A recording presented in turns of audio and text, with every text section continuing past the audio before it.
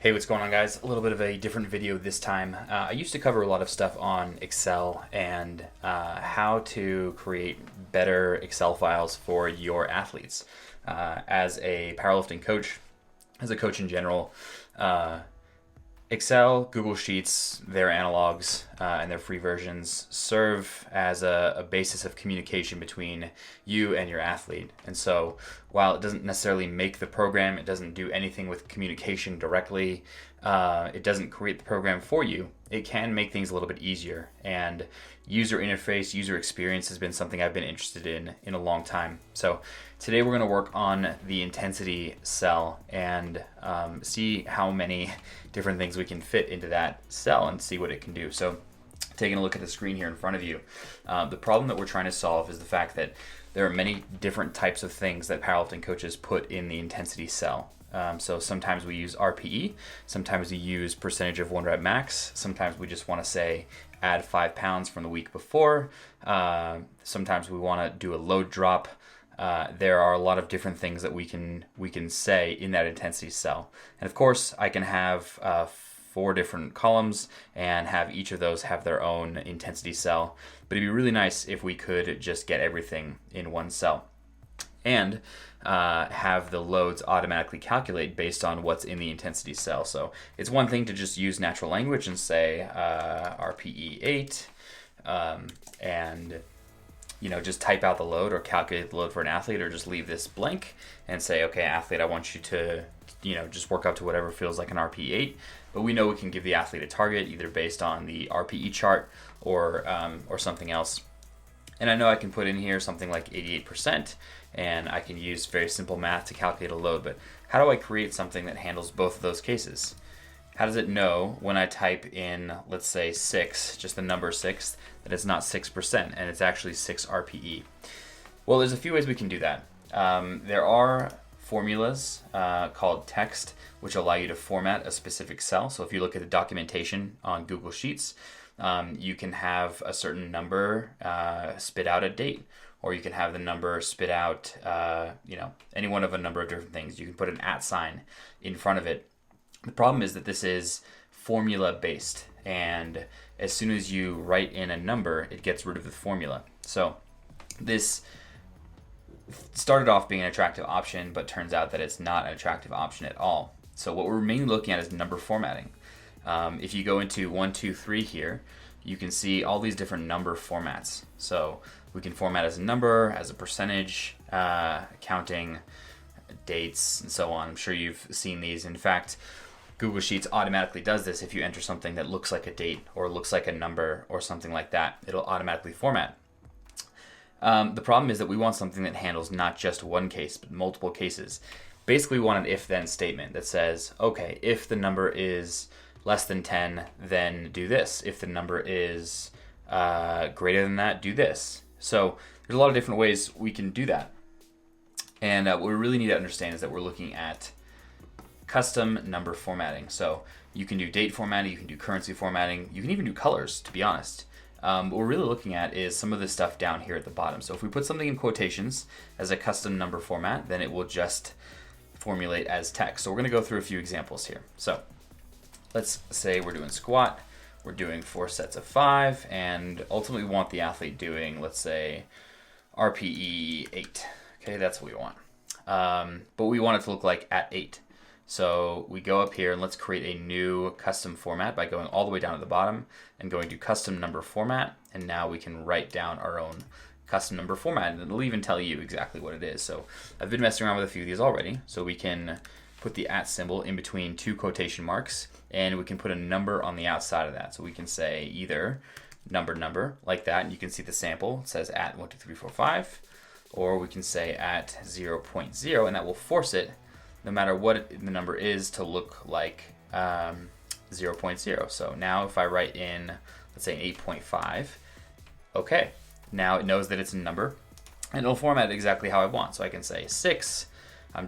Note, I just typed in the number 6, and it knows 6.0. I can say 6.5. I can even say 85, even though there's no RP 85. So it knows that type of formatting. But there's a problem. So I type in 85%, and if it's you and me, there is no RPE 85. So I want, if I type in the number 85, to actually give me a percentage. Now here's some cool things. You can actually do use cases. So you can create something that looks like an if-then statement. So ultimately what we're building is this. Here on the side is our custom number format. And I'm gonna scoot over a little bit and zoom in on this guy a little bit as well. Let's say 250, all right. So this says, if the number is less than or equal to 10, then do this formatting on the left, which is similar to what we just saw. If the number is greater than 10, then format as a percentage. So that's exactly what we want.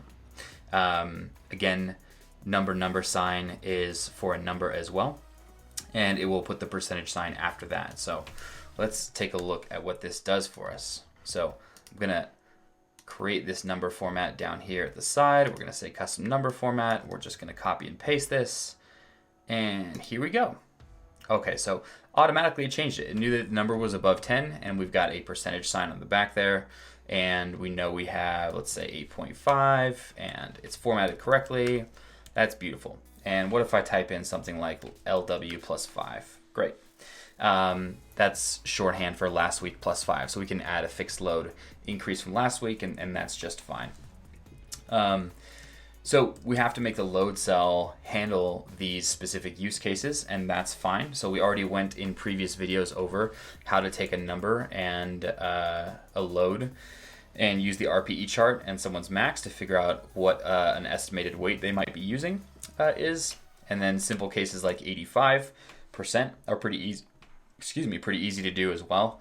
In this case, just note that the actual number is 8,500%. So let's say I say load equals deadlift times percentage. Well, actually, I get a number way too high. So that's an easy fix. All we have to do is in the formula, just divide by 100. And now I have the right load. So we can expand this load cell out to be more complicated using if-then statements. So we can say if this number in here is less than 10, then use the RPE formula. If the number is greater than 10, then use the percentage-based formula. And in our spreadsheet files that we use for athletes, that's exactly what we do.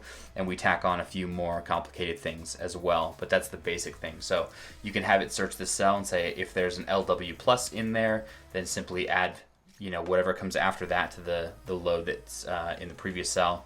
And finally, the other important thing to do, and let me expand this out so we can see a little bit more now, is to grab the right max. So presumably we've got 3 different maxes from squat, bench, and deadlift, and I've got 3 different ones there, and we need some way to be able to tell Google Sheets which max to grab when using this this calculation. So which max do I grab to find 85%? So we can have some invisible column that we populate and then hide so that your athlete doesn't have to see it, and you never have to see it as well, and you can expand it out. I think about a year and a half ago, Google Sheets now supports hiding of columns, which is amazing, and also grouping of columns, which is also amazing. So, type of movement. You can use whatever indicator you like. I like SQ, BN, and DL for squat, bench, and deadlift. Bench press, deadlift. And you can either type these in directly, or you can have some master list on some other page that has a list of all the exercises you use, and it'll grab the right little label here for the right exercise, and you can automate all of this stuff as well. So ultimately what we want is some formula here to say if the indicator in column B is SQ or BN or DL, grab the right max. And we can do that pretty easily. So we can have this load cell grab a number of different things. Ultimately, we want to use the squat indicator here, the bench indicator, and the deadlift indicator to grab the specific max that we want. So here's what we want. We want, let's pull that intensity cell out front. So let's say F8 times, and we're going to use a switch function here. So the switch function is great because it basically serves as a bunch of if-then statements together. So we want it to look at this cell, and now we want it to grab the right thing. So if it says squat, then we want it to grab this one. If it says BN, then we want it to grab this max. Oops. Let's grab this one, and if it says DL, then we want to grab this one. And don't forget, just like I did, that we have to divide by 100. So does this work? If I change this to BN, did I get the right max? If I change it to DL, did I get the right max? Absolutely. So that's ultimately what we want. So let's change it back to SQ. Let's copy this down, and ultimately we'll have to lock down the maxes. You might put these on a separate page just so they're not on the same page here. And we can even lock down the column here for B if we'd like, and the column here for F if we'd like. Okay, so let's copy down all of these just for the demonstration. And let's pretend the athlete's doing 3 sets of 2 at 80, and the athlete is doing, I don't know, 2 sets of 7 at 65. Okay, so we've got loads there in respect to different training lifts based on different maxes. All good. Remember, you can expand out this load cell as complicated as you want to handle the RPE cases, which I'm sure we'd want to do. If you just want the actual load cell there, it's pretty complicated, but this is the one that we use. And I will just paste this right here so you guys can take a look at that, actually. There we go.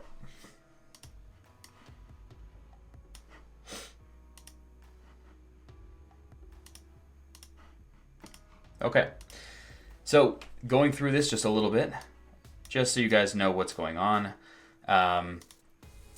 This basically says if it's an accessory lift, then don't do anything. Otherwise, if it's a number, check that it's a number first. And we've got a rounding so that we're not ending up with kind of fractional load units if someone has an off max, or if we put in 77.5 pounds or something, we want it to be a loadable weight, and we also want it to be a loadable weight depending on the max. So if we have the load under 175 pounds or 80 kilos, we use fractional plates, so that's built into the very end of this formula. And otherwise, if it's pounds, round to the nearest 5. If it's kilos, round to the nearest 2.5. But the middle of this says, here's the part about last week plus 10.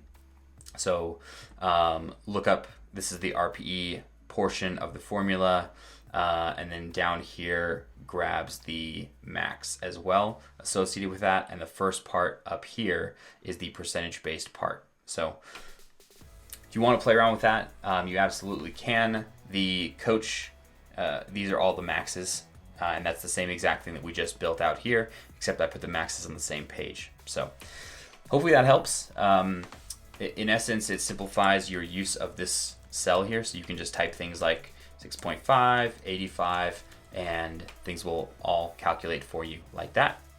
Hope you guys have a great day. Talk to you soon.